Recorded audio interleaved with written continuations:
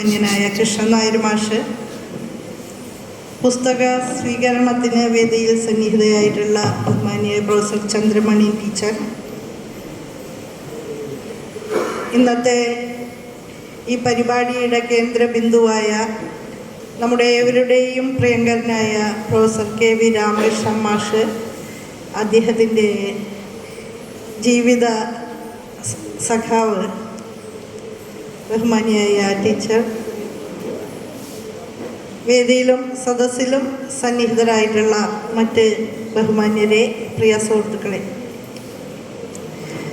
സാഹിത്യത്തോട് പ്രത്യേകിച്ച് കവിതയോടുള്ള അദമ്യമായ അഭിനിവേശം,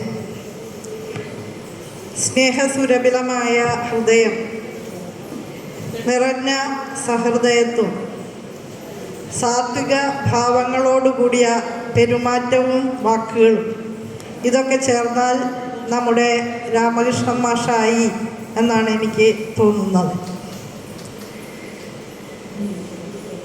ക്ഷേത്ര ഗ്രാമമായ കാടാമ്പുഴയിൽ ഒരു അമ്പലവാസി കുടുംബത്തിൽ ജനിച്ച രാമകൃഷ്ണൻ മാഷക്ക് ആ ഒരു പശ്ചാത്തലത്തിൻ്റെ സ്വാധീനം നല്ല നിലയിലുണ്ട് എന്നുള്ളത് അദ്ദേഹത്തിൻ്റെ കവിതകളിലൂടെ കടന്നു പോകുമ്പോൾ തന്നെ മനസ്സിലാകും. അദ്ദേഹത്തിൻ്റെ കാവ്യകൽപ്പനയിൽ വിരിയുന്ന ബിംബങ്ങളിൽ പലതും ആ ക്ഷേത്രവുമായി ബന്ധപ്പെട്ട ജീവിതത്തിൽ നിന്ന് ആർജിച്ച് വന്നതാണ് എന്ന് നന്നായി അത് വായിക്കുമ്പോൾ നമുക്ക് മനസ്സിലാകും.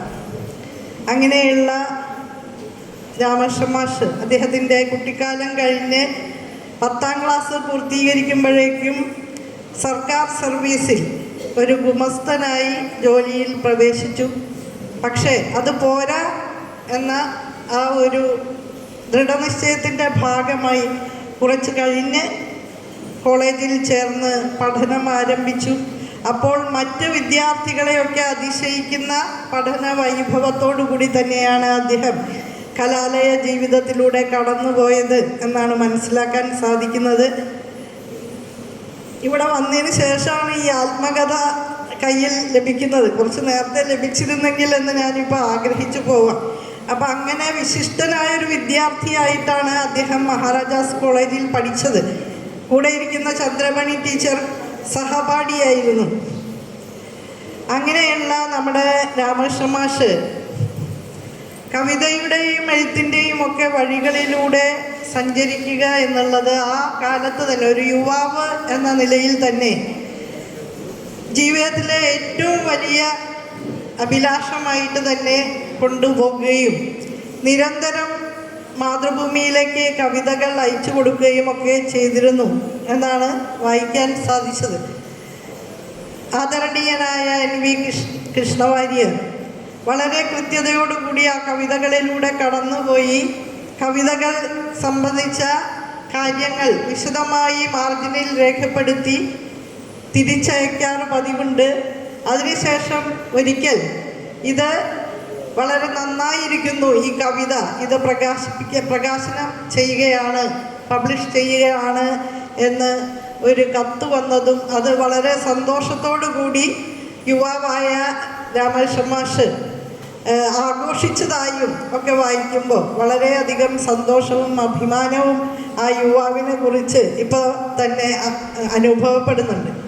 രാമകൃഷ്ണൻ മാഷ് ഞാൻ ജനിക്കുന്നതിന് മുമ്പ് അധ്യാപകനായി മാറി. ഗുമസ്തനായിട്ട് അവസാനിക്കേണ്ടതല്ല എന്ന കൃത്യമായ ധാരണ അദ്ദേഹത്തിന് ഉണ്ടായിരുന്നു. അങ്ങനെയാണ് അദ്ദേഹം കവിത എഴുതാനും പഠിക്കാനും കോളേജിൽ ചേരാനും ഒക്കെ തീരുമാനിച്ചത്. അതിൻ്റെ ഏറ്റവും നല്ല ഒരു പരിസമാപ്തി എന്ന നിലയിൽ തന്നെ അധ്യാപനം എന്ന വളരെ ധന്യമായത് എന്ന് ഞാൻ കരുതുന്ന ആ മേഖലയിലേക്ക് അദ്ദേഹം പ്രവേശിച്ചു. പ്രഗത്ഭനായ അധ്യാപകനായിരുന്നു അദ്ദേഹം. അതിൻ്റെ വലിയ സാക്ഷ്യപത്രമാണ് കഴിഞ്ഞ വർഷമോ അതിന് മുന്നിലെ വർഷമോ നമ്മുടെ പരിസര കേന്ദ്രത്തിൽ വെച്ച് അദ്ദേഹം നടത്തിയ ഷേക്സ്പീരിയൻ നാടകങ്ങളെ സംബന്ധിച്ചുള്ള പ്രഭാഷണങ്ങൾ.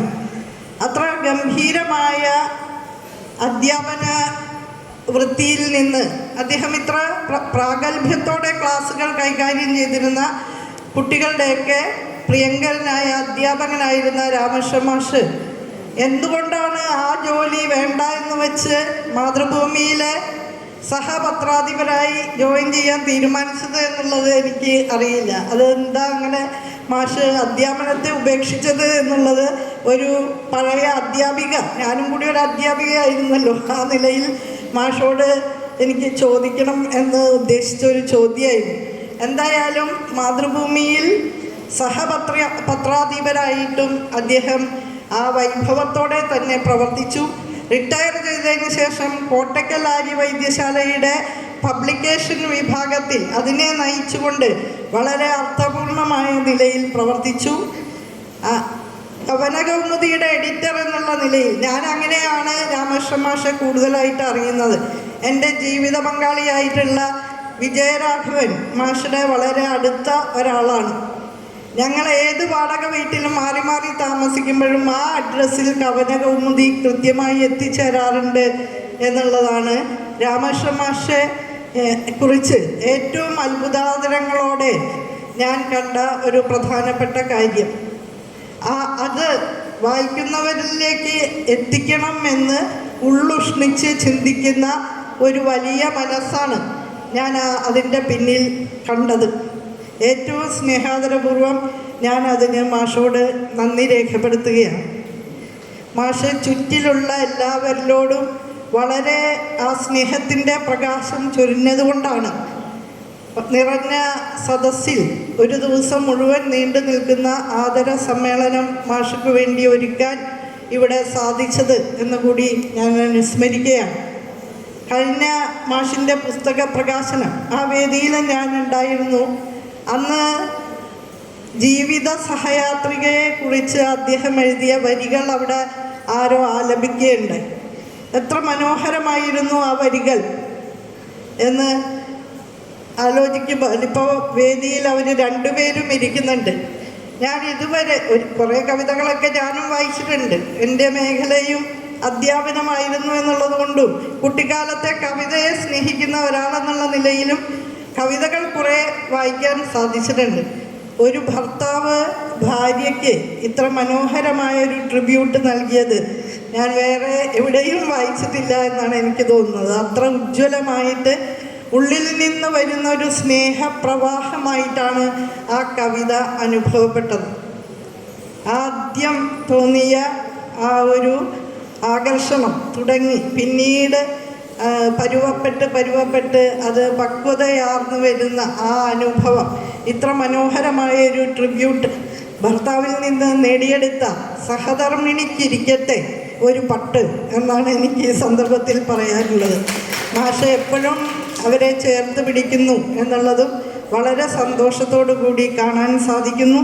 രണ്ടുപേർക്കും നിറഞ്ഞ ഹൃദയത്തോടെ ഒരു മകളുടെ സ്ഥാനത്തിരുന്നു കൊണ്ട് ദീർഘായുസ്സും എല്ലാവിധ ഭാവുകങ്ങളും നേർന്നുകൊണ്ട് നമ്മുടെ ഇന്നത്തെ ഈ ആദര സമ്മേളനം ഉദ്ഘാടനം ചെയ്തതായിട്ട് അറിയിക്കുകയാണ്.